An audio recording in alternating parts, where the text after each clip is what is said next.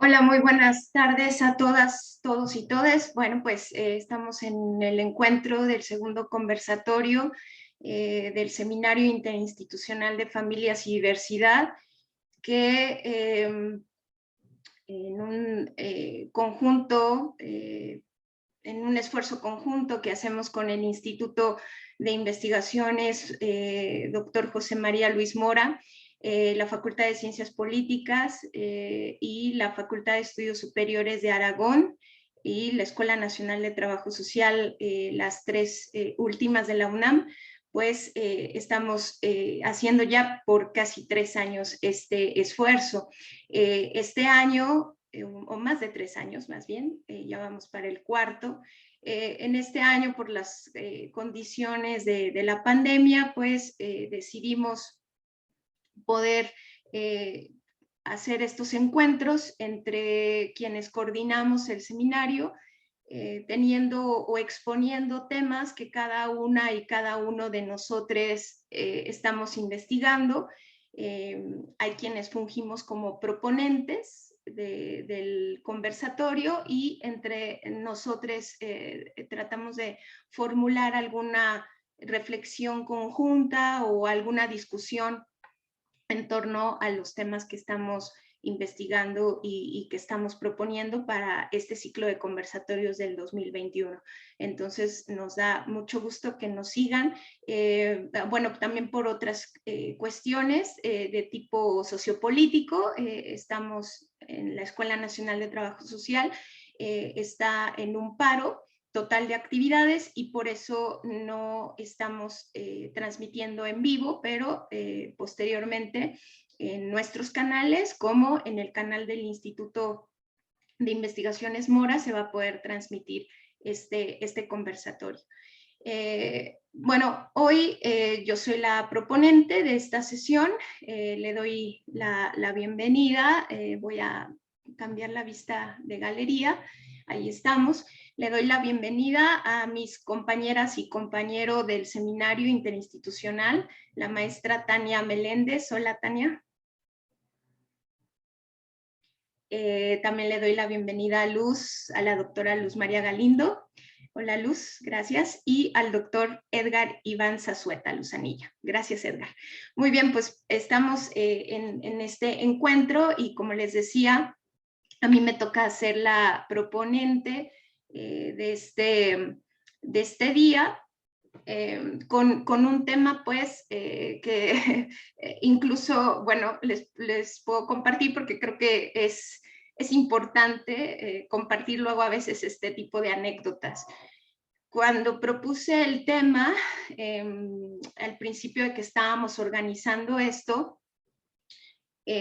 alguien de mis compañeros me dijo, está muy dramático el tema, ¿no? O sea, suena muy dramático.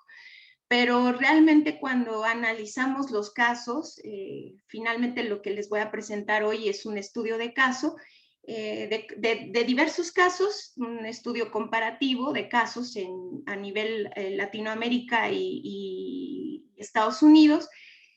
Realmente cuando uno revisa los testimonios, son cosas muy crudas las que están pasando, las que todavía no dejan de pasar en algunas partes del mundo y las que han pasado durante este periodo de tiempo del contexto pandémico que tenemos en el mundo por esta pandemia, por el virus SARS-CoV-2 y que provoca la enfermedad conocida como COVID-19. En ese sentido, y también no quisiera dejar pasar que me gustaría dedicar esta sesión en lo particular, desde a voz, a título personal. Esta investigación la inicié por un caso cercano de trabajo que conocí con una familia en particular del pueblo de San Gregorio Aclapulco, Xochimilco, y ahí empecé a tener la inquietud por rastrear y analizar estos casos que se estaban presentando en diferentes partes del mundo. Como bien se ha dicho, al principio se empezó a decir que el virus era completamente democrático porque a todo mundo, a cualquier persona nos podía dar, nos podía atacar. Pero realmente cuando analizamos algunos casos, sobre todo cuando hubo en familias donde hubo contagios masivos, contagios intrafamiliares masivos y donde desgraciadamente hubo lo que se conoce como fallecimientos múltiples simultáneos, pues realmente son historias dramáticas donde prácticamente se rompió no solamente hubo una ruptura, digamos, de la vida cotidiana, sino también de todo el núcleo, de toda la organización familiar que desgraciadamente pasó por esta circunstancia. Y bueno, pues antes de empezar también, me gustaría compartirles que bueno,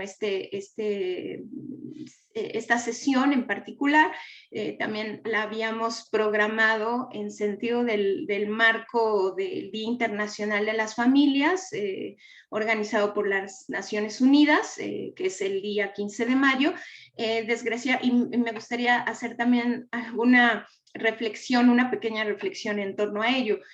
Cada año la Organización de las Naciones Unidas lanza o convoca una reflexión en torno, según a los días internacionales y en este caso, bueno, en torno a las familias. Entonces, para mí es sorprendente un poco observar o ver que la Organización de las Naciones Unidas haya tomado la determinación de encaminar o de convocar la reflexión sobre las familias en el mundo, sobre los retos que tienen estas frente al cambio tecnológico. Bueno, también yo creo que es más que visto también que desgraciadamente con la irrupción de la pandemia, hubo un interés, hubo una preponderancia otra vez de lo social, pero que otra vez, ¿no?, quedó delegada a lo biológico, y ahora lo que estamos viendo, desde mi punto de vista, me parece de una manera muy grave, muy descarada. Lo que estamos viendo es justo ya en pleno la digitalización, totalmente la digitalización de la vida social, impuesta obviamente por organismos internacionales y organismos que tienen el poder económico y político en todo el mundo. Otra vez dejando la cuestión social, la cuestión de las personas por debajo en algo que me parece que es como podríamos traducir como otra vez se vuelve a dar la espalda a lo humanitario, a la importancia de la vida humana, y eso me parece que es muy, muy grave. Bueno, no traigo yo presentación, me gustaría compartirles nada más algunos aspectos del trabajo, como les comenté, voy a leer algunas cuestiones, ¿no?, que me parecen importantes de este trabajo. El trabajo, como les había dicho, se llama Familias rotas por el virus SARS-CoV-2. Voy a recorrerme para que vean. Aquí está, reflexiones comparativas en diferentes países de la región de las Américas entre diversos casos con fallecimientos familiares simultáneos múltiples por la enfermedad COVID-19. En esta parte metodológica también es importante señalar que, un poco para dar ahí, ¿no? Este análisis estuvo basado a través del método de estudio de casos de familias, donde se han suscitado múltiples fallecimientos de familiares que van desde 3, 5 o hasta 7 integrantes familiares. Parecería algo surreal o distópico, pero no es así. Inclusive, digo, yo no conozco, pero inclusive pudiera haber casos donde se rebase el número de integrantes familiares fallecidos por esta enfermedad en un solo episodio de contagio. Entonces, bueno, pues nos centramos, digamos, en rescatar testimonios que tuvieran estas características y que estos casos fueran circunscritos a lo que se le conoce como la región de las Américas, así señalada o así determinada por la Organización Mundial de la Salud, la OMS. En esta investigación utilicé una dinámica analítica a partir de la comparación contextualizada por algunas propiedades, algunos rasgos contextualizados, bajo, como ya les decía, el método de estudio de caso, cross-national de casos documentados en Estados Unidos, México, El Salvador, Perú y Venezuela, y que tienen diferentes aproximaciones de mi persona, digamos, o de mi labor como investigadora hacia los casos, ¿no? Algunos casos son completamente documentados a través de la fuente periodística, pero algunos otros casos son por fuente directa de trabajo y algunos otros por también mi labor como tutorial y docente, ¿no? De casos que también a través de las y los estudiantes pude conocer y pude profundizar en su conocimiento. Y bueno, cuando propongo esa dinámica analítica, bueno, tiene que ver con dos dimensiones, una dimensión horizontal, como ya les decía yo, ¿no? Con una variabilidad de la información, con fuente directa de información como trabajadora social, y la segunda a partir de fuentes indirectas de información. Y la dimensión vertical con algunos parámetros de análisis como la temporalidad, el lapso de tiempo, las llamadas olas de contagio, que en términos de temporalidad puede ser muy importante para centrar justamente o para ir contextualizando ciertas propiedades, rasgos de esos casos. Y bueno, estas propiedades las dividí también en dos dimensiones. Una, la de características de los países provenientes de los casos, sobre todo estas características muy ligadas al enfoque de derechos humanos en política pública, que tienen que ver con el componente de accesibilidad y asequibilidad, que desde mi punto de vista y dentro de los derechos humanos, derechos sociales particularmente, son de las dos propiedades que se tienen que cuidar más en el ejercicio ya pleno de lo que se conoce el ejercicio pleno de los derechos, ¿no? Acceso y asequibilidad como una cuestión fundamental para el acceso a derechos, pero no solo el acceso, sino el disfrute pleno de los mismos, ¿no? Obviamente hay otras propiedades, pero me centré mucho en esas dos para este estudio. Las tasas de cobertura de salud, que como ya muchos estudios y muchas investigaciones ya lo han determinado, estas cuestiones de cuántos médicos y médicas tenemos por 100,000 habitantes, cuántas camas, ¿no? Que es particular, bueno, para mí fue particularmente un hallazgo, no había sido algo que digamos, en lo que me centrara dentro de mi experiencia como investigadora, no en salud, ¿no? Quizá en otros derechos sociales sí, pero no en salud. Y bueno, la verdad es que es sorprendente ver que hay un patrón muy parecido en los países, ¿no?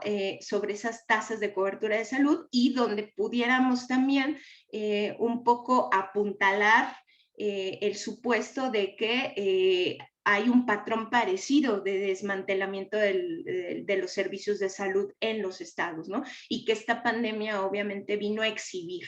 Ya se hablaba un poco de la mercantilización del derecho a la salud, se hablaba de los déficits que había en algunos indicadores sobre el acceso, disponibilidad, calidad, asequibilidad de los servicios de salud como derecho social, pero pues esta pandemia, sin previo aviso, como les digo, vino a exhibir no solamente las deficiencias, sino justo las historias, o sea, digamos, esto tuvo costos humanos, costos familiares. Hoy en día lo podemos ver en un país como la India, hace meses también se vivió mucha esa cuestión en el Brasil, ¿no? Pero es observar que gente muere en los pasillos o que incluso muere afuera de los hospitales, de las calles, porque no hay camas, no hay equipamiento y tampoco hay recurso humano quien pueda atenderlo.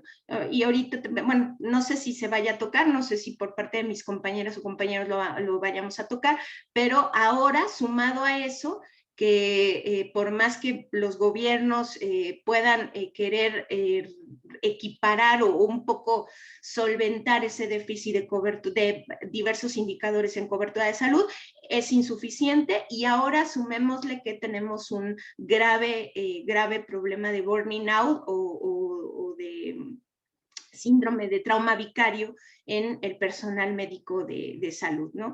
De desgaste emocional, vamos a decir así, desgaste físico, laboral y emocional del personal de salud, de diferente personal de salud. También tomé algunos índices de positividad, como la transmisión de contagio, los índices de mortalidad y algunas medidas de mitigación. Y en la dimensión B también creí que era importante revisar algunas creencias o ideas reforzadas por infodemia a través de la enfermedad, sobre todo en el primer ciclo de confinamientos, que ahí sí tenemos una temporalidad pues muy compartida entre los diferentes países. Y también otra cuestión que me parece fundamental y que va muy ligada de la mano con la reflexión sobre la crisis ecológica, ¿no? Como un giro epistémico también de las ciencias sociales en América Latina, la cuestión ecológica va muy ligada con este tema que me parecía fundamental. El consumo de alimento industrializado, los cambios de alimentación originaria y lo que eso traducido en los cuerpos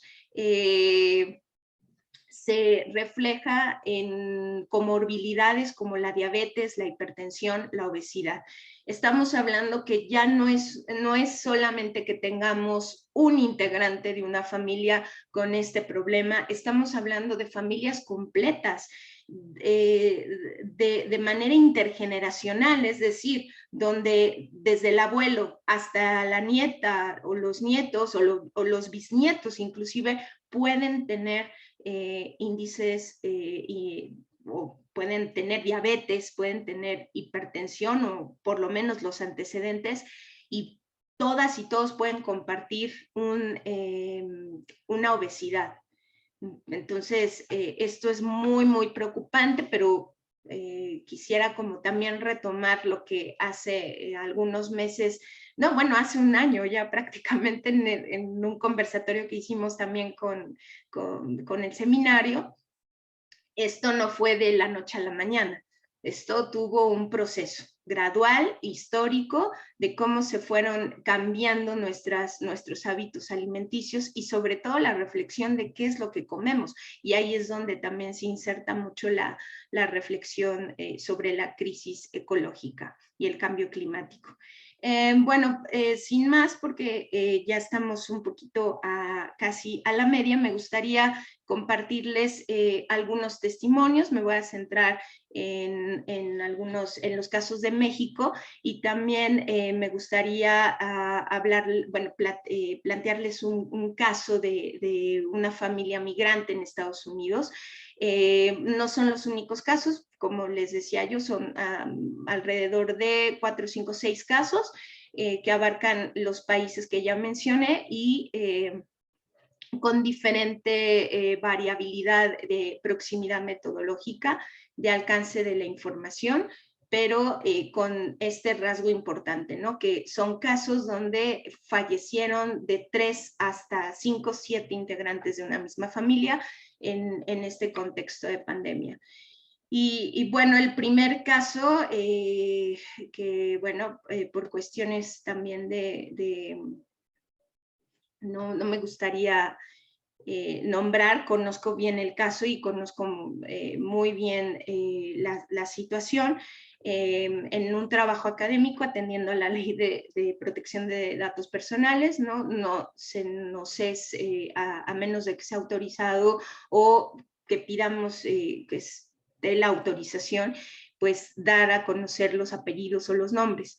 Sin embargo, bueno, pues sí me gustaría como un poco en memoria de estas grandes personas, de estas familias que además quedaron damnificadas después del sismo del 2017 y que 3 años después pues vendría esto y también sería una tragedia prácticamente, ¿no?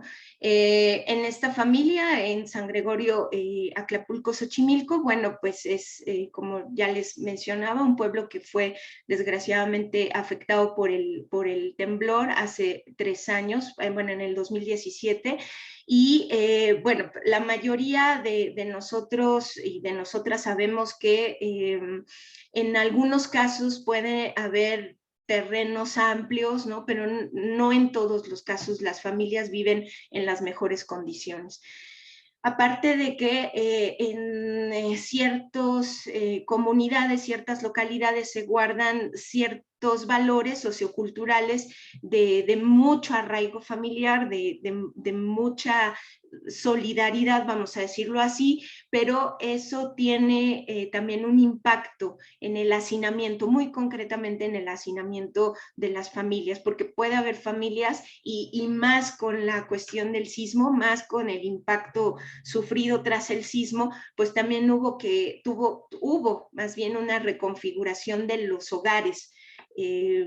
Con mucha solidaridad, por supuesto, pero hubo familias que tuvieron que aguardar a hijos que ya no vivían con ellos, hijos que ya tenían familia o hijas que ya tenían familia, y bueno, eso implicó también un hacinamiento complicado. Cuando llega la llamada así Jornada Nacional de Sana Distancia, por lo que yo en el contacto con diversas organizaciones de la sociedad civil me enteré y por también gente con la que yo mantenía contacto, no sabían nada, no, como que no tenían mucha información. Esta jornada de sana distancia se dio a partir del 23 de marzo, sin embargo, en las escuelas se empezó a dejar de ir antes y particularmente una vecina del pueblo me decía que sí, que a mitad de semana ya les habían dicho que ya no podían llevar a los niños a la escuela, que ya no los llevaran, pero no tenían más información.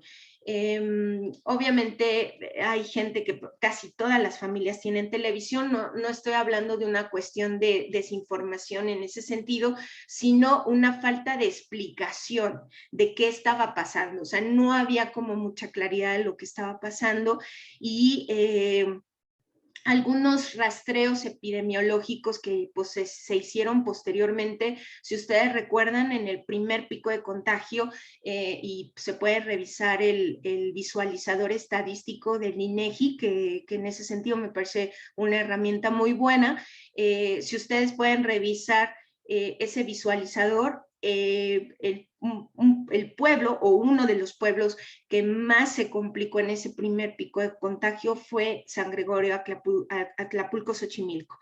Y prácticamente estos rastreos epidemiológicos llegan a un poco al análisis de que los contagios empezaron a trasladar a partir de las personas que iban a la central de abastos, ya sea a abastecerse de productos o bien a vender sus productos. Particularmente con el caso de esta familia, uno de los casos de México que trato en el escrito, se dio a partir del contagio de un vecino que tiene su cremería y ese vecino adquirió el virus en la central de abastos de Iztapalapa. Y bueno, de ahí se empezó a ver un contagio masivo en la familia. Es un caso donde claramente hay una precondición de salud, había enfermedad de diabetes, de hipertensión, y que les decía yo, por la proximidad que yo tengo al caso, la complicación de diabetes, sobre todo de diabetes, se intensificó después del sismo del 2017, porque pues ustedes sabrán, hubo, además del susto, una gran complicación, esta familia perdió su hogar, etc, etc, etc. Entonces, hubo una complicación ya de la cronicidad de enfermedades, de estas comorbilidades preexistentes, y bueno, no eran las mejores condiciones ni sanitarias, ni físicas, ni biológicas, por supuesto, en las que los dos integrantes, los jefes, digamos, del hogar, tenían en esos momentos. Y bueno, en esta familia falleció la abuela, el abuelo, un yerno, una nuera y un hijo. Todos en un lapso de tiempo de alrededor una semana de diferencia. Entonces, bueno, imagínense lo que representa eso. En el caso número 2, también hay un punto de conexión con el caso 1, porque también es un caso en Celaya, Guanajuato, donde el señor se va a vender sus productos, viene a la Ciudad de México a vender sus productos en la central de abastos de Iztapalapa. Incluso, bueno, aquí se comparte por una de sus hijas que ellas sabían de lo que estaba suscitándose en la Ciudad de México, al darse, digo entre comillas, el primer caso, porque ya también hay indicios y hay estudios de que este virus andaba ya circulando previamente a que China lo diera a conocer. Eso quiere decir que había ya casos que se empezaron a dar en todo el mundo, y por eso digo, bueno, ¿no? El primer caso en México, que se dio el 27 o 28 de febrero, por ahí. Entonces, sus hijas advirtieron al señor que, bueno, que se cuidara, que no fuera a la central de abastos, y pues en una de esas idas al regreso, no es que fuera, digamos, sabemos, digamos, de la complejidad que tiene el estudiar una cadena de transmisión de contagio, pero en un regreso de esas idas que tuvo el señor, que era agricultor, por supuesto, regresa ya con los síntomas ya un poco amplios, y pues fue hospitalizado el señor. También hubo contagios de la esposa, del hijo, de la nuera y de un nieto hospitalizado, pero aquí en este caso, y como en muchos otros más, en el testimonio de la hermana del productor, del señor agricultor, que fue el primero, digamos, que manifestó los síntomas en esta familia, refiere que los hijos sobrevivientes tuvieron que vender todas las parcelas, así como propiedades, para pagar los gastos de hospitalizaciones, así como los funerales de 5 de 9 integrantes de una misma familia. Y aquí vamos como un poco introduciéndonos algo al tema, un tema central, más allá de lo difícil que puedan exponerse estos casos, que es el tema de acceso y asequibilidad. Asequibilidad tiene que ver con el pago de los servicios de salud. Y rápidamente me voy al caso, digo, por cuestiones de tiempo. Espero que pronto me puedan publicar este escrito, pero por casos de tiempo, pues en esto me centraré en otro caso más, y posteriormente espero que lo puedan leer, y si no, bueno, también está accesible en la página de mi página de academia.com. Bueno, este caso de una familia migrante mexicana de residentes permanentes en Arizona, Estados Unidos, y aquí lo que me llama la atención de este caso es, además del contexto pandémico, el contexto de discriminación racial que había hacia mexicanas y mexicanos.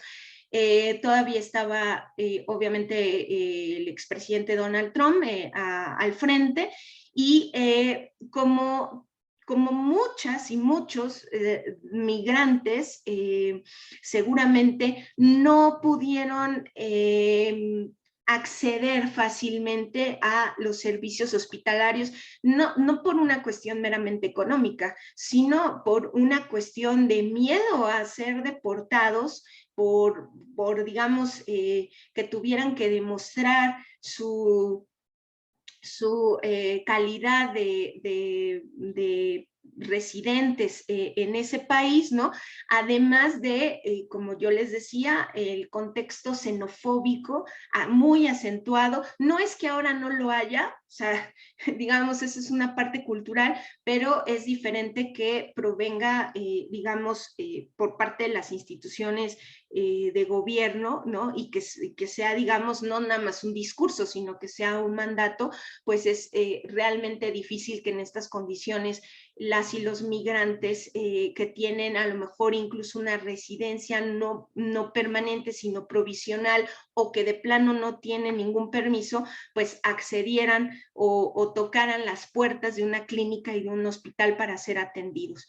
Entonces, este caso sí también refleja esa otra dificultad. No todos los casos en donde no hay accesibilidad tienen que ver con el dinero, sino también tiene que ver con condiciones socioculturales en cómo se da el servicio de atención. Aquí, por ejemplo, en México hay una grave desconfianza en los servicios de salud. Yo me atrevería a decir que también ahora ya en los servicios de salud privada, antes no era así, antes había una preponderancia de los servicios de salud de tipo privado, pero realmente también hay una seria desconfianza en acceder a clínicas, a instituciones de salud pública por la burocracia, por la parte insensible, digamos, de esa burocracia, que también, digamos, tiene altos índices de burning out, de lo que se les conoce como desgaste emocional, laboral, y que desgraciadamente pues la atención es muy deficiente. Entonces, bueno, pues para acabar me gustaría nada más centrarme en un dato más, que me parece que es un dato muy, muy importante. Este dato de asequibilidad, que como les decía yo, me voy a permitirme ir a la nota. Aquí dice, para este dato decidí tomar como referencia el porcentaje por concepto gasto de bolsillo, que permítanme un poquito, déjenme, que según los estudios en la segmentación de financiación en salud, se gasta en la región de las Américas. El gasto dato de bolsillo es importante en relación al porcentaje que cada familia en la región tiene que destinar al gasto de la salud, ya sea de primera atención o bien en el cuidado de otras enfermedades crónicas. En la definición del estudio de CEPAL, la Organización Panamericana de Salud, el gasto de bolsillo refiere a el impacto del gasto en salud en el bienestar de los hogares y en el acceso y la utilización de los servicios de salud, el gasto de bolsillo o pago directo en salud que merece una especial atención. La práctica puede tomar diferentes formas, como los pagos directos para la adquisición de medicamentos, los copagos, las tasas de coaseguro y los deducibles. O bien, ya coloquialmente, lo que nosotros y nosotras conocemos como los servicios de similares. Ir a la farmacia de la esquina a que puedas pagar una consulta de 30, 40, 50 pesos o un poquito más y que ahí mismo adquieras tus medicamentos. Esto me parece que es un dato muy importante y que vean nada más prácticamente las tasas, digamos, los porcentajes, en cómo las familias gastan en una parte de su porcentaje financiero en gasto de salud, es realmente tremendo. Es una cosa muy, muy difícil, ¿no? Y como les había dicho, también llevamos una cuestión aquí con una discusión con la cuestión nutricional, y bueno, aquí hay un cuadro donde efectivamente podemos ver el arrastre de los impactos visto en estadísticas de la comida industrializada, la comida rápida, la ruptura con raíces alimentarias como la nuestra. Hablo concretamente del consumo de frijol, maíz, etc. Y bueno, esto que tiene que ver obviamente con el consumo de alimentos industrializados y bebidas altamente azucaradas, que ahí tenemos los impactos, ¿no? Yo creo que ahí y me gustaría cerrar con esto, por cuestiones de tiempo, pues no podemos como tener toda la vista, que es algo muy importante, pero como trabajadora social sí hay una cuestión que es muy difícil de procesar, porque aquí una de las preguntas que me hago es ¿dónde está la prevención? ¿Dónde quedó la prevención en salud? No prevenimos con cartelitos, no se puede prevenir con trípticos, ni tampoco con periódicos murales a la entrada de las clínicas, y efectivamente, si la cuestión de la prevención en salud nos implica o nos demanda un posicionamiento, no solamente político, sino un posicionamiento sobre las empresas que venden comida, que venden este tipo de, que ni siquiera es comida, pero bueno, es este tipo de cosas que nos afectan y que nos van a llevar a estos estados de salud. Y por otra parte, un posicionamiento a quienes quieren mercantilizar la vida social y particularmente el acceso a servicios de salud fundamentales para la vida humana.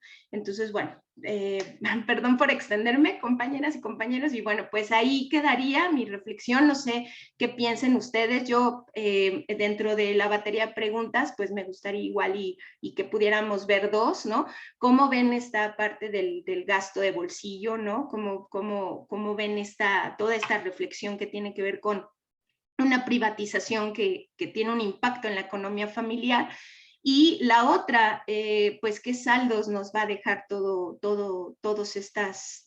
este drama, ¿no?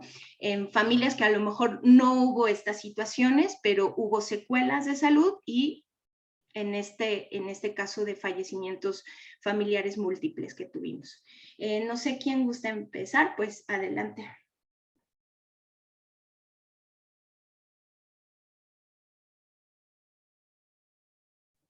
Pues yo empiezo. Sí, voy a ser muy breve porque tenemos 23 minutos.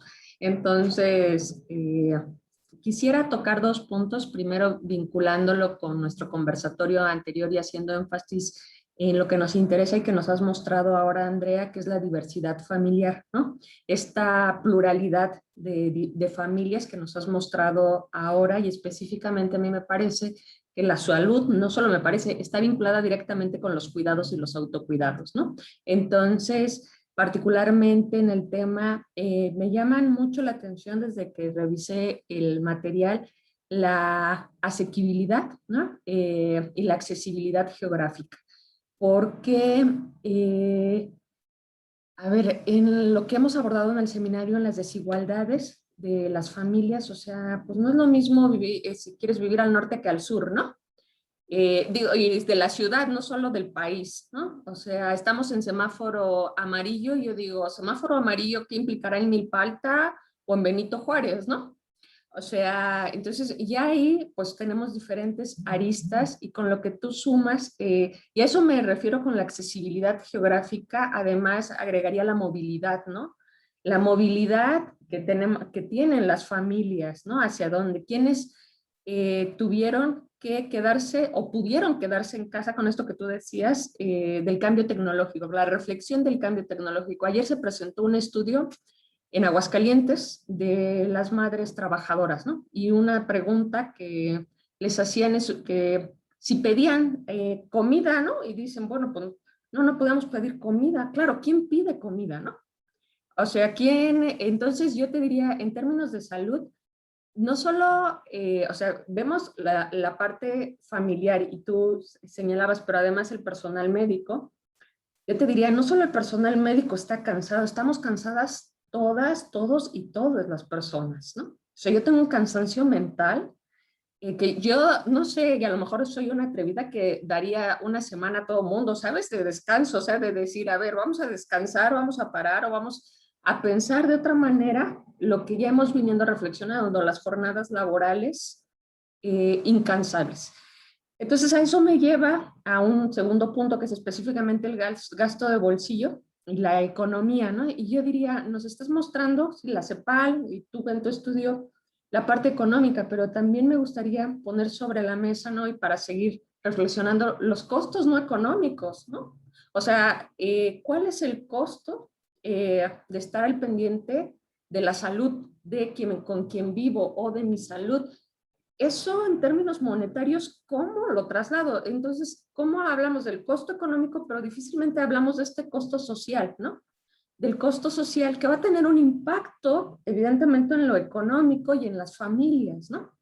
Entonces, que a mí es algo que me preocupa específicamente en el Sistema Nacional de Cuidados, por ejemplo, que se habla del costo económico y decimos sí, pero hay costos que no se están viendo, ¿no? Y entonces también le corresponde a Hacienda y digo, sí, ahí hay que cambiar el chip, lo que hemos reflexionado, hasta ahí me quedaría yo, ¿no? Sí, gracias, Luz. Pues sí, bien importante lo que señalas. Si les parece bien, seguimos en el compartir y después yo redondeo con algunas reflexiones también que me rebotan de sus participaciones. Entonces, pues, ¿quién guste?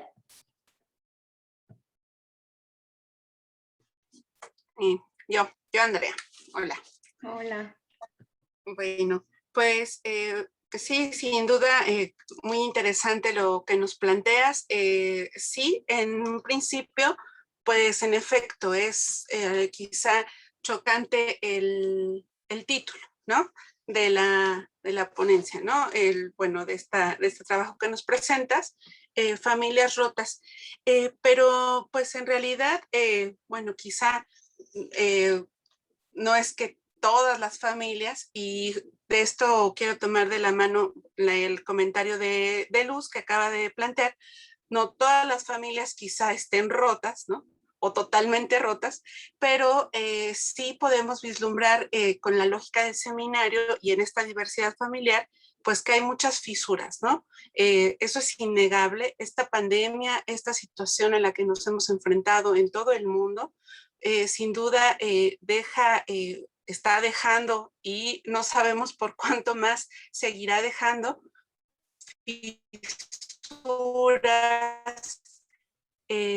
pues cosas que van a ser muy difíciles de recomponer. Esto por un lado que señalas, Andrea, de la diversidad, pues estas miradas quizá interseccionales, ¿no? Que se cruzan con el extracto socioeconómico, con la clase social, con el acceso a pues bienes de salud que, pues como dice tu lectura y las lecturas que nos recomendaste, que quizás sería bueno dejarlo por allí en la presentación, ¿no? De este conversatorio, en el chat, o ver la manera de divulgarlo, porque, bueno, estas lecturas que nos sugeriste para abordar este tema, pues nos hablan justo de una realidad de precarización de recursos, de salud, económicos, incluso, pues, el cómo algunas personas o algunas familias, según el nivel de educación, ¿no? O de acceso a la educación, pues han tenido mejores herramientas, posibilidades para sobrellevar esta pandemia.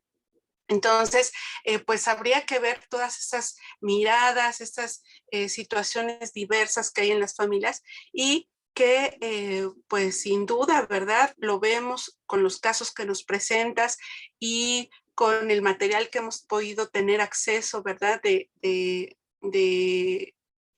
las cifras, de las estadísticas, de la gente que ha muerto y que ha padecido más sobre esto, sobre esta pandemia, y justo en nuestros casos personales, ¿verdad? Yo en lo particular, las historias quizá más fuertes, más impactantes, que nos hablan de pues muertes de personas, de familiares, sin duda en mi caso han sido con personas cercanas que tienen menores recursos económicos, de acceso a la educación, son quienes lo han padecido más, y que pues sin duda lo vemos hoy en día con el caso de las vacunas y de la posibilidad que está teniendo gente con mejores recursos económicos, ¿verdad? Con privilegios en el acceso a recursos económicos, que pues es muy común ahorita, hoy en día, escuchar, no, pues nosotros ya nos fuimos a vacunar, ¿verdad?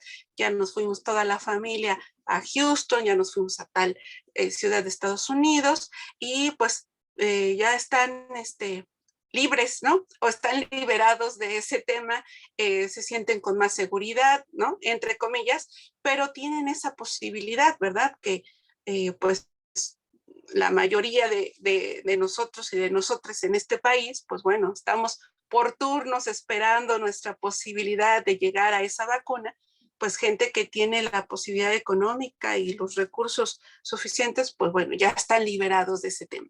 Incluso también con el acceso a, pues al oxígeno, ¿verdad? A los medicamentos, a una atención médica de calidad, bueno, pues quienes han podido sortear mejor esta pandemia, pues sin duda, nuevamente, como en muchas aristas, ¿verdad? Como en muchas situaciones de la vida social, pues la gente que tiene más posibilidades económicas y de educación, bueno, pues pueden sortear mejor estas problemáticas. Entonces, bueno, pues son muchas reflexiones que sin duda podemos ir trabajando, podemos seguir observando, podemos seguir concluyendo, porque bueno, hasta que vemos, ¿verdad? Que hasta que no la mayoría de la población esté vacunada, es la única salida que tenemos pues para poder irnos pues recomponiendo, surciendo, ¿verdad? Estas fallas que ha dejado esta pandemia y que pues son muchos los retos que tenemos al respecto. Y bueno, no me quiero extender, por ahí dejaría aquí y si tenemos oportunidad de volver a conversar, pues bueno, ya veremos qué podemos aportar. Gracias, Andrea. Gracias, Dani. Sí, bueno, esta parte del turismo de vacunas, pero bueno, yo por eso hacía la reflexión sobre la cuestión tecnológica al principio, porque estas fisuras que son, yo diría, fallas geológicas, o sea, sí, no es una cuestión... desde mi punto de vista y desde lo que he trabajado, desde lo que yo he visto, va a ser algo muy difícil de procesar y luego viene ya el discurso, por lo menos, ¿no?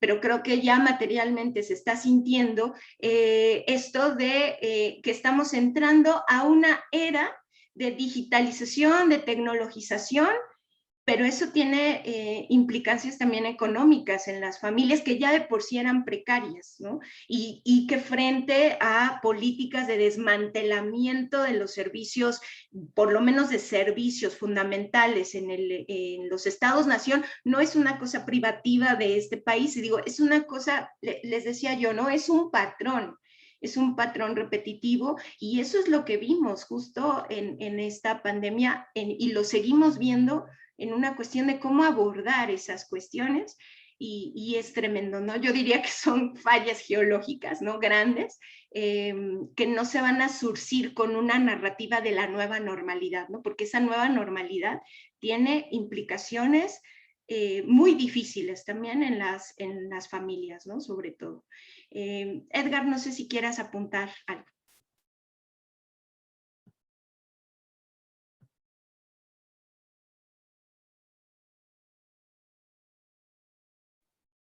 Tu audio creo que está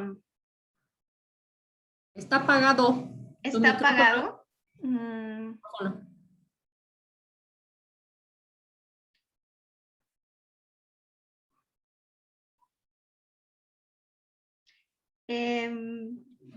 Pues tú puedes prenderle porque aquí está. A ver, déjame ver, ¿eh? Ahí está.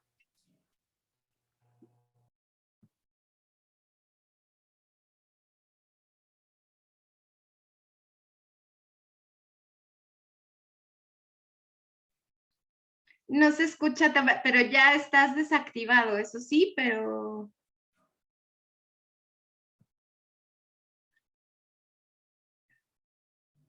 Déjame ver. A ver, ya te hice coanfitrión, a ver si ahora sí puedes, si quieres volverle a poner y ponerle otra vez, no sé.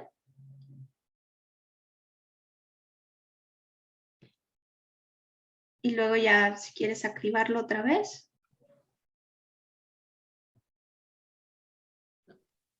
¿Ya me escucho? No. Ah, Ok, perfecto. Muy bien. Gracias, perdone. Disculpen, ya me escucho. Bien. Gracias.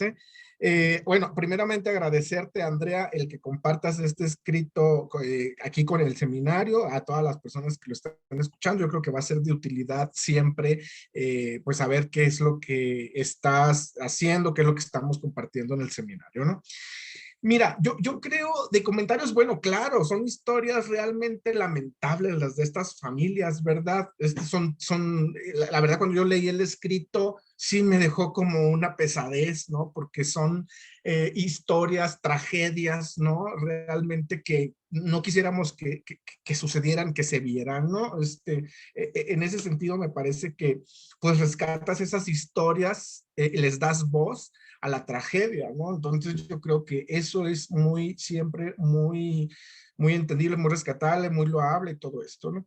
Sin embargo, a veces yo creo que, y lo dijo Luz, lo está diciendo Tania, o sea, realmente estamos hablando de los mismos problemas que hemos estado señalando desde hace tiempo, ¿no? O sea, el tema de alrededor de la salud, los cuidados, la inequidad de género que prevalece en que las mujeres son las mayormente afectadas y responsables ante todas estas situaciones, el asunto de la precarización que afecta finalmente a las familias más pobres y por ello a las mujeres de esas familias. Estamos también hablando de que esos problemas de desigualdad pues no son nuevos, pues, o sea, realmente lo que viene a ser este caso de pandemia es, como lo hemos señalado en otras ocasiones, agudizar aquellos problemas que ya existían, o sea, no son problemas nuevos, me parece, no es mi punto de vista. Está el tema de la pobreza, está el tema de las comorbilidades, ¿no? También es un tema que ya existía anteriormente, ¿no? Entonces, a mí lo que me gustaría es como ir un poco más a reflexionar en relación a qué estamos haciendo para atacar la raíz de esos problemas. El tema de las desigualdades, el tema de la pobreza, el tema de las comorbilidades, e inclusive en el tema de la diversidad familiar. También pudiéramos también ahí ahondar, que lo mencionaba Luz, ¿no? O sea, ¿de qué familias estamos hablando? ¿Cuáles son las características, no?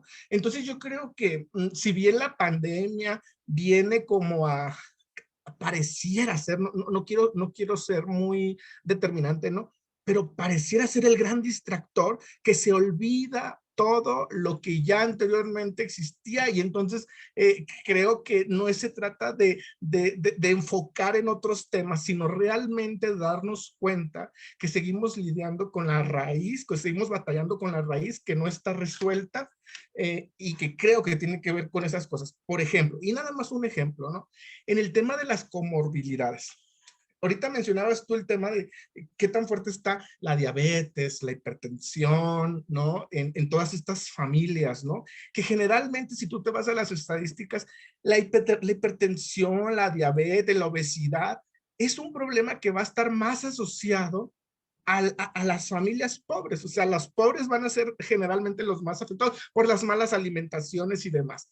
Entonces me parece que a veces con todo esto que nos ha enseñado la pandemia, pareciera ser que los problemas de fondo no se están discutiendo. Por ejemplo, en el tema de la alimentación, se decía por ahí superficialmente que el tema de la alimentación era un tema que afectaba y que era un factor para que el COVID pues fuera un poquito más severo, ¿no? La gente que está mal alimentada y que está asociada a todos estos daños. Me parece que cuando tú tienes un Oxxo mucho más cerquita de 5 minutos afuera de las casas de las familias, en donde no venden frutas, no venden verduras, pero está lleno de productos que tienen los 3 o los 4 sellos que ahora él está haciendo la Profeco para decirnos que eso es veneno y que eso es un dañino. Entonces, y cuando ves que entonces eso está a menos de 5 minutos de tu casa y las fruterías y las verdulerías están a horas de distancia o están en los mercados. O sea, cuando no hay una conciencia de que el sistema alimentario está organizado así, o sea, de que el acceso a esos productos, si no estamos combatiendo esos problemas como la distribución alimentaria de los alimentos sanos, y estamos entretenidos en temas de salud, que la vacuna, o sea, creo que entonces vamos a seguir donde mismo y el problema pues no se resuelve, ¿no? Me parece que a donde quiero llegar yo con estos comentarios es que la pandemia, desgraciadamente, no nos ha enseñado que tenemos que discutir los problemas de raíz realmente de fondo. Y creo que ahí estamos en cero. O realmente muy poco, o sea, no en cero, no quiero ser tan determinante, pues, pero cuando la Profeco está poniendo 3 sellitos allí, y es una vergüenza porque tú entras al Oxxo, y yo la otra vez hice un ejercicio, no sé, les invito al público, a la gente y a ustedes, compañeras, que lo hagan, entré al Oxxo y todos los productos, o sea, el 95% de lo que venden, tiene los 3 sellos, o 2 sellos, o 3 sellos. Entonces tú dices, bueno, bastará con decirle a la gente que eso está lleno de veneno o de cosas que no son saludables para que el problema se resuelva. Y será suficiente. Yo creo que nos estamos quedando muy cortos en las políticas públicas y en las estrategias gubernamentales. Y creo que vuelvo al punto, eso no se está discutiendo en medio de una pandemia, ¿no? Que ya sabemos que está relacionada con todo eso. Hasta ahí mi comentario. Sé que es un poco quizás pesimista. Para mí, lo optimista sería una invitación a realmente empezar a discutir, a poner en el centro los grandes temas que siguen estando allí y que no es que se hayan ya, que ya no existan o que estemos generando nuevos problemas. Los mismos problemas de siempre siguen estando ahí y hace falta pues evidenciarlos, ¿no? Hasta ahí. Gracias. Sí, gracias, Edgar. Sí, realmente tienes mucha razón cuando mencionas esta parte de la comida, porque son muchas cosas alrededor de ello. O sea, creo que también la historia nos ha enseñado que las políticas prohibitivas, ¿no? Que esto de los sellos como tal no es una prohibición, es una exhibición, ¿no? Una señalización, una visibilidad un poco más clara para la mayoría de las personas, ¿no? Sin embargo, digo, yo he escuchado, ¿no? Testimonios de estudiantes que incluso son deportistas y que dicen, a ver, pero es que no lo está uno comiendo todo el tiempo, no sé qué, o sea, muchas cuestiones que es como, cuando salió lo de los sellos era como una sensación de ¿por qué me están prohibiendo esto, no? Eso por un lado. Y bueno, otra cosa que comentas y que creo que va más allá, esta cuestión de los Oxxos, de la ubicación geográfica, la proximidad que tienen los Oxxos.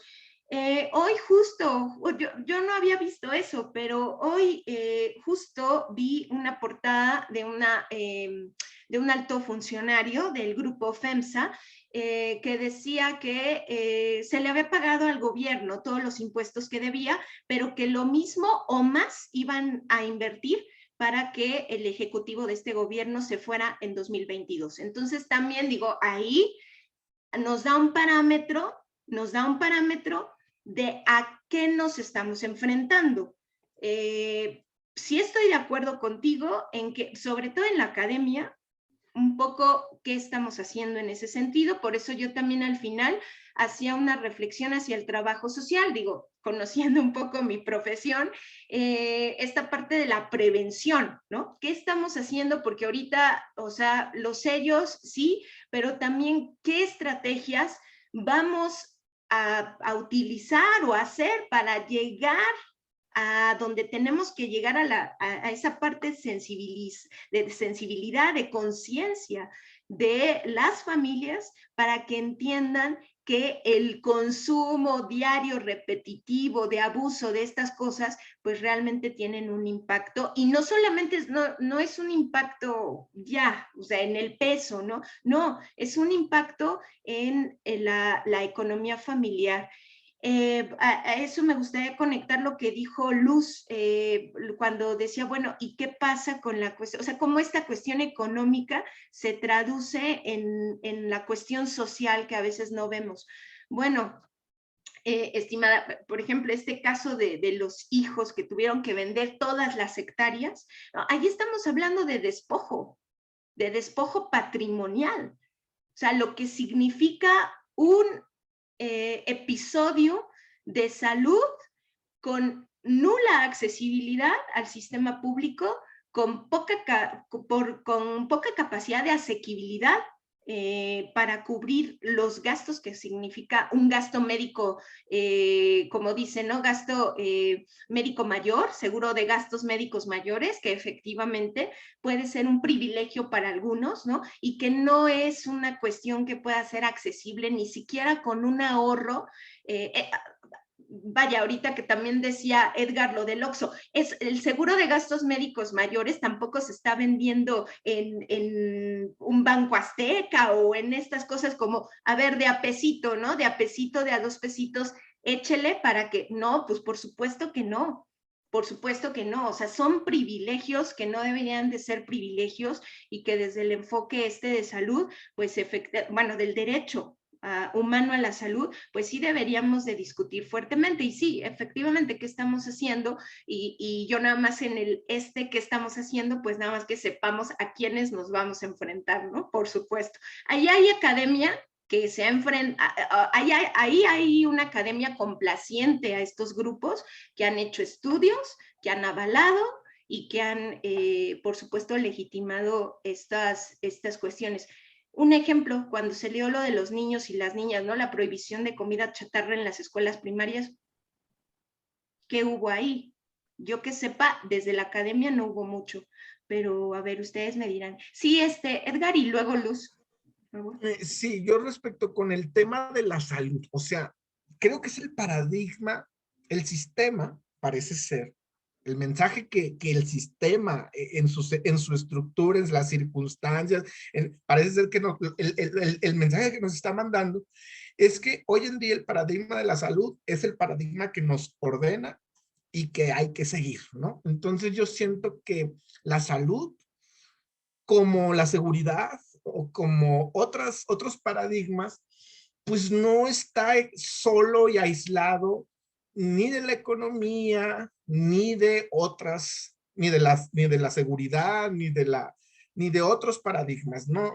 Entonces, me parece que a veces la tendencia cuando situamos los problemas como un asunto de salud, pareciera ser que recae en el individuo todo el cuidado, o es un azar. Como es la salud, pues es el cuerpo, y pues para saber cómo reacciona cada organismo, que cada organismo es diferente y cada genética es diferente, o sea, nos podemos perder en el tema de la salud, y entonces es muy fácil decir que por la salud existe tal o cual problemática, pero la salud es como, pues la salud, o sea, dices tú, pero la causa, o sea, lo que quiero decir con esto es que aunque sea un tema, ni la pobreza, ni la salud, así como la pobreza no se es pobre porque no se quiere ser pobre, la salud es igual.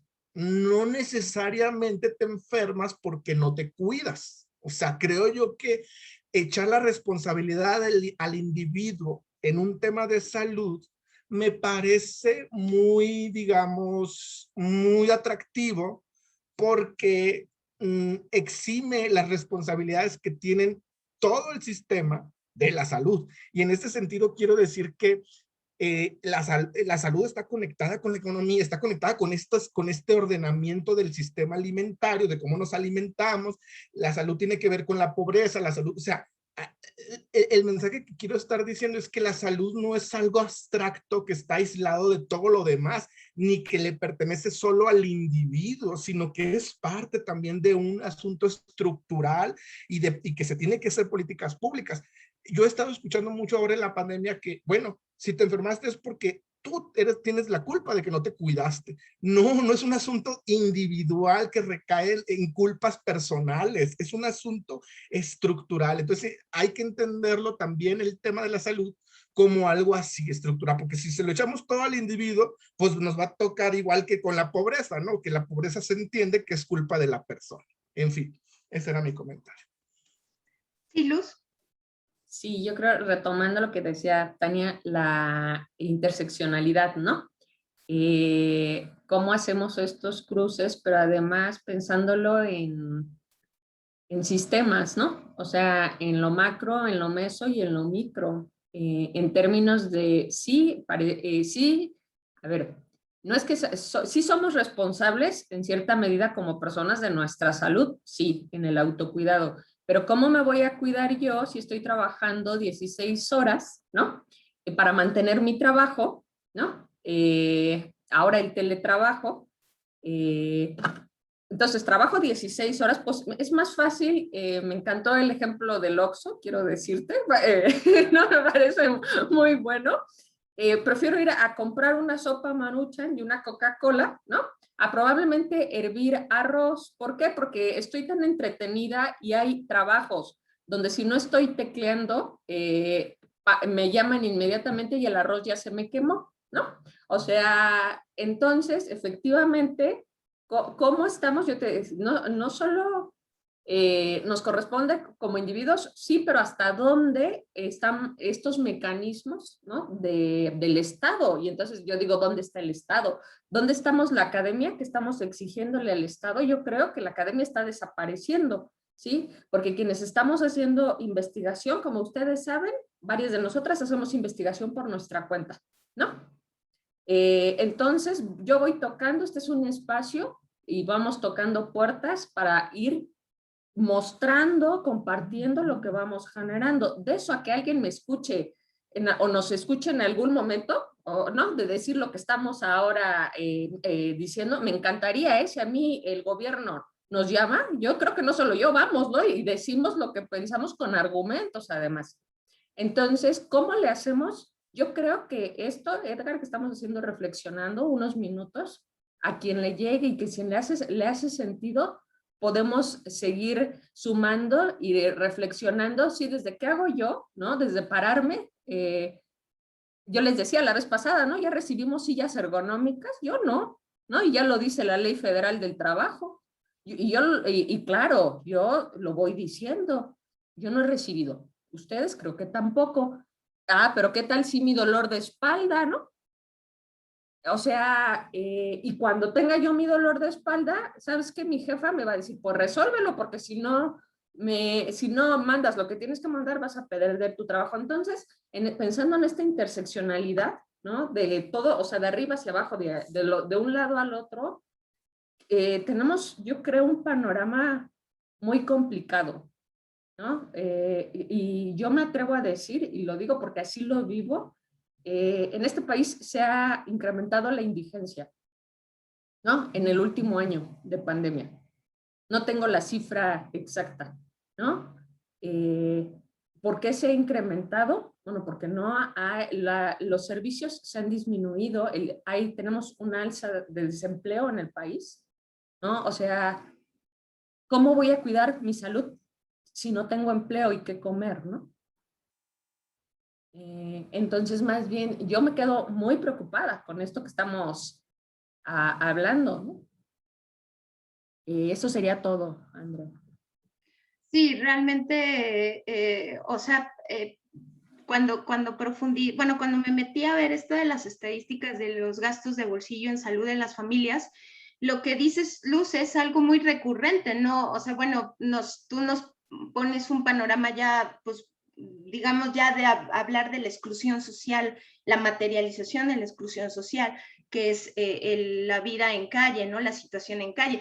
Pero realmente esto que dices tú de, bueno, si tengo tengo para lo básico, es decir, tengo para comer, tengo para moverme hacia mi trabajo o hacia mi lugar de estudio, regresarme, ¿cómo voy a tener algo que ahorrar o algo que destinarle a la salud? Y se destina, ¿no? Y por eso, digamos, el gran negocio o el gran éxito del modelo de negocio de tener farmacias cercanas, ¿no? Al igual que los Oxxos, ¿no? Tener farmacias de similares, cercanas con servicios de orientación médica o con servicios de consulta, que finalmente pues también dieran cobertura a la amplia demanda de gente que aunque tenga, yo puedo decir, yo soy una de esas personas, aunque yo tengo servicio del Estado, el ir a la clínica que me toca, el trato, todo lo que ya sabemos, ¿no? Que significa ir a un servicio de salud del Estado, yo la verdad, ¿qué es más rápido? ¿Qué es más eficiente para mí y donde no me tengo que desgastar con la burocracia? Pues es con estas farmacias cercanas, ¿no? Eso es un razonamiento de muchas personas que tenemos, digamos, una condición socioeconómica de media baja, media alta. Y yo me atrevería a decir que somos, incluso en la academia, somos personas hasta cierto punto con ciertos privilegios, ¿no? En sentido de estas situaciones. Sin embargo, pues sí queda estas cuestiones que ya señalabas tú desde el anterior conversatorio, que son difíciles de procesar.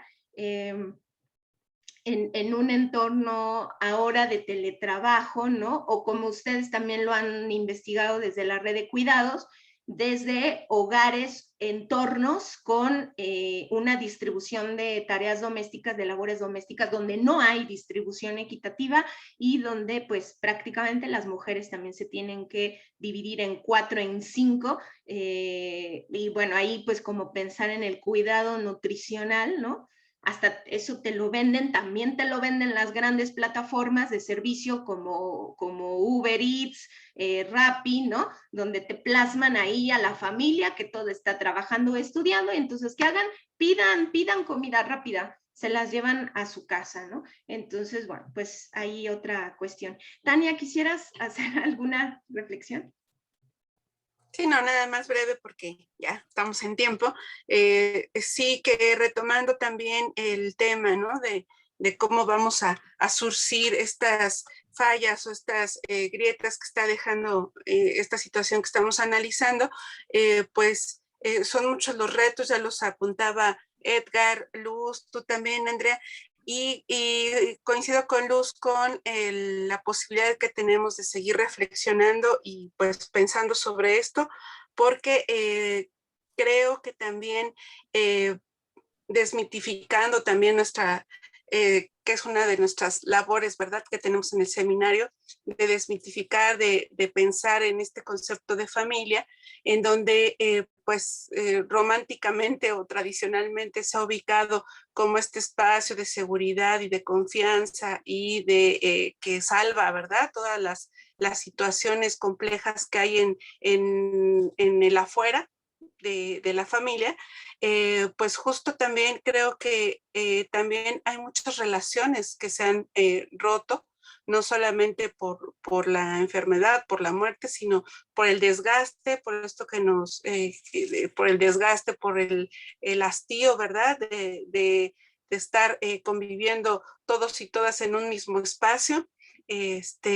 Allí pues los que viven y las que viven solos y solas, bueno, pues el hastío será de otra manera, pero el hastío de las personas que cohabitamos o que convivimos con otras y con otros, pues también ha roto relaciones, ha puesto en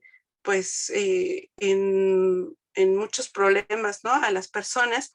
Y también el asunto, ¿no?, como apuntaba Edgar, de esta situación de, pues, fue tu culpa, por tu culpa, tú lo apuntabas en tu texto, ¿no, Andrea? Por tu culpa nos contagiamos todos dentro de la casa y entonces tú eres el malvado que trajo el virus o la malvada que trajo el virus a esta familia, y por lo tanto hay situaciones muy, muy complejas y difíciles que está dejando también esta situación, cuando, como bien lo apunta Edgar, pues no es culpa o una situación que se pueda pues colocar en un solo individuo, en una sola persona, ¿no? Sino que es una situación que debemos de ver más allá. Entonces, bueno, nada más ese punto. Gracias. No, bueno, pues gracias a ustedes y como bien decía Luz, bueno, pues ya estamos en tiempo, espero que les haya gustado esta reflexión y bueno, esperemos que en los comentarios, ya sea del canal de cada uno de nosotros o del canal de YouTube del Instituto de Investigaciones Dr. José María Luis Mora, pues podamos ahí ver sus reflexiones y nos veríamos el próximo 16 de junio con el tema que nos propone el doctor Edgar Iván Zazueta, que es las familias en la pobreza frente a la pandemia. Entonces, bueno, pues muchas gracias y hasta luego. Dios.